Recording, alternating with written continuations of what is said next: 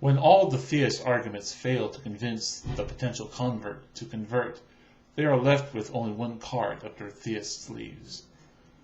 This card is called fear, specifically the fear of a hellish, torturous punishment when they die. This act of desperation on the theist front is usually enough to get the conversion they want. With vivid descriptions of this place, it can scare almost anyone into belief. But the probability of this afterlife scenario seems quite low. When confronted by this desperate ploy, one should tell the theist these facts.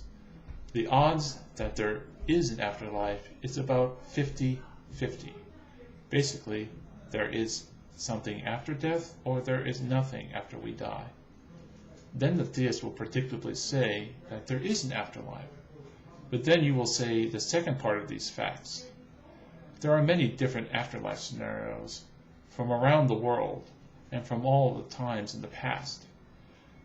The number could be around 1 million different scenarios at least, dealing with death and the afterlife, so that the odds that the theist's own afterlife scenario is the right one is about 1 in 1 million.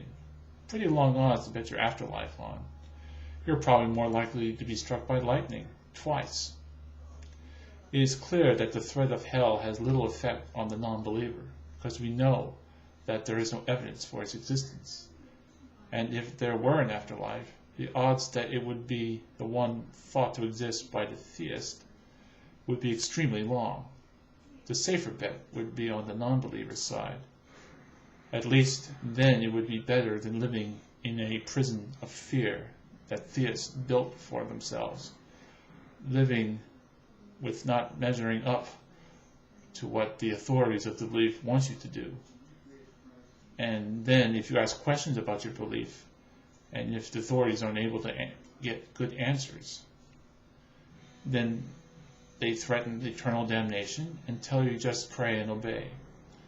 If you were to follow that, you could never live a truly happy life, and you will never escape the prison of fear.